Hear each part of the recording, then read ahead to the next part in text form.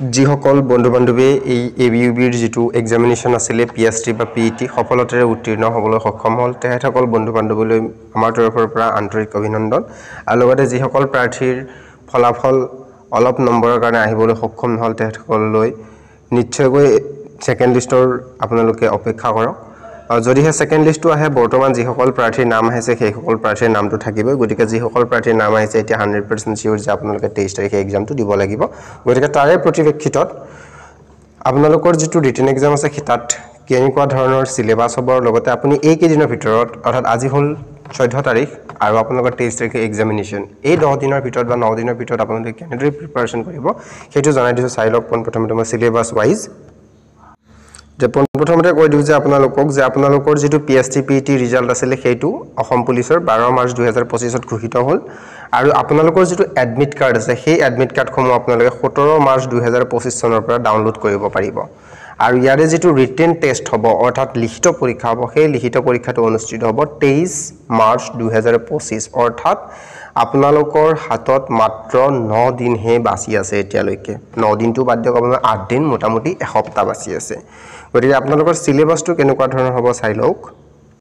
যে এই যিখন এডভাৰটাইজমেন্ট পাবলিশ হৈছিল 6 অক্টোবৰ 2023 চনত তাতে আপোনালোকৰ 2300 পদ আৰু 1645 টা পদ আৰু লগতে এপিআৰও জি বা ইউবি এপিআৰও জি এটা পদ আছিল তাৰ ওপৰত তো গতিকে তাত আপোনালোকৰ যেটো সিলেবাস আছে লগতে নেগেটিভ মাৰ্কিং আছে নে নাই সেইটো ইয়াতে উল্লেখ আছে আপোনালোকক দেখুৱাই দিছো যেতে আমি ৰিটেন টেষ্টৰ কলমত যাম ইয়াৰে লিখিত পৰীক্ষাৰ যেটো কলম আছে তাত লিখা আছে যে আপোনালোকৰ যেটো কোৱেশ্চনছ আহিব সেইটো হ'ব 100 টা অৰ্থাৎ 100 মাল্টিপল চইচ টাইপ কোৱেশ্চনছ আহিব এমসিকিউছ আহিব যত আপোনালোকে কি পাব এক নম্বৰৰ এটা কোৱেশ্চনৰ বিপৰীতে 0.50 কৈ মাৰ্ক থাকিব অৰ্থাৎ হাফ নম্বৰ থাকিব অৰ্থাৎ টোটাল নম্বৰ হ'ব 50 নম্বৰ আৰু কোৱেশ্চন থাকিব আপোনালোকৰ 100 টা আৰু আপোনালোকৰ যেটো কোৱেশ্চন লেভেল হ'ব হেতু 9th আৰু 10th লেভেলৰ কোৱেশ্চন হ'ব আৰু তাত কোনো ধৰণৰ নেগেটিভ মাৰ্কিং নাথাকে অৰ্থাৎ there will be no negative marking তো এটো আপোনালোকৰ বাবে খুবেই পজিটিভ পইণ্ট অৰ্থাৎ আপোনালোকে এটাও কোৱেশ্চন তাত এৰি নাহিব তো আপোনালোকে 100% কোৱেশ্চনছ দি আহিব তাত আৰু লগতে আপোনালোকৰ যেটো সাবজেক্ট আছে সেই সাবজেক্টটো চাওক আপোনালোকৰ ম্যাথছৰ পৰা আহিব ম্যাথছৰ পৰা বহুত কম কোৱেশ্চনছ আহে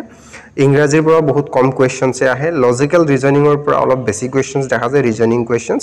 আৰু অসমৰ হিষ্ট্ৰি হওক জিওগ্ৰাফি পলিটি বা ইকনমিৰ ফালৰ পৰা অলপ বেছিকৈ কোৱেশ্চনছ অহা দেখা যায় অসম পুলিচৰ ক্ষেত্ৰত আৰু জেনাৰেল এৱাৰনেস বা জেনাৰেল নলেজ বা কাৰেন্ট এফেয়াৰ্সৰ পৰা বহুত কমে কোৱেশ্চনছ অহা দেখা যায় তথাপিতো আহিব দুই এটা কোৱেশ্চন আপোনালোকে সাব ইন্সপেক্টৰৰ পৰীক্ষাটো দেখিছে যে কাৰেন্ট এফেয়াৰৰ কোৱেশ্চন প্ৰায় নাই বুলিয়ে ক'ব পাৰি আৰু আপোনালোকৰ যেটো এই কোৱেশ্চনছ পেপাৰখন হ'ব আপোনালোকে ল্যাঙ্গুৱেজক লৈ কোনো ধৰণৰ ইস্যু নহব বুলি ভাবো কিয়নো আপোনালোকে নিশ্চয়কৈ নহয়তো অসমীয়া নহয়তো বড়ো নহয়তো বেংগলী নহয়তো ইংৰাজীত নিশ্চয়কৈ আপোনালোকে এই চাৰিটা ল্যাঙ্গুৱেজৰ ভিতৰত কোনোবা এটা ল্যাঙ্গুৱেজত নিশ্চয়কৈ আপোনালোক পৰিপক্ক তো গতিকে আপোনালোকৰ যেটো এই ৰিটেন এক্সামিনেশন আছে সেই ৰিটেন এক্সামিনেশনৰ প্ৰতি লক্ষ্য ৰাখি আপোনালোকে খুব ভালদৰে পঢ়ক আপোনালোকৰ ইমান টাফ কোৱেশ্চনছ নাহে তো গতিকে আপুনি ক্লাস 6 7 8 ৰ যেটো এনসিইআৰটি বুকস আছে সেই বুকসৰ পৰা কিছু পঢ়িব আমি সচৰাচৰ যিবিলাক কোৱেশ্চনছ পাই থাকো বা যিবিলাক কোৱেশ্চনছ আহি থাকে তো তেনেকুৱা ধৰণৰ কোৱেশ্চনছ সোধা হয় মাত্ৰ আপোনালোকক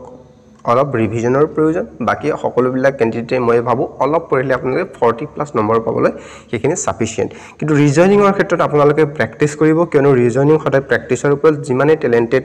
ক্যান্ডিডেটছ নহওক যদি সেই ৰিজনিংত প্ৰেক্টিস নাথাকে বা ম্যাথছত যদি প্ৰেক্টিস নাথাকে তেতিয়া হলে তেখেতে কৰিব নোৱাৰিব গতিকে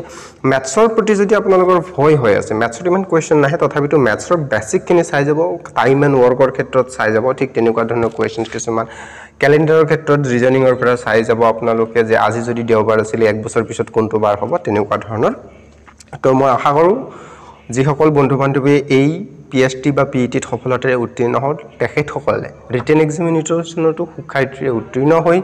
এই অসম পুলিচৰ চাকৰিটো লবলৈ সক্ষম হওক তাৰে কামনাতে ধন্যবাদ জয় অসম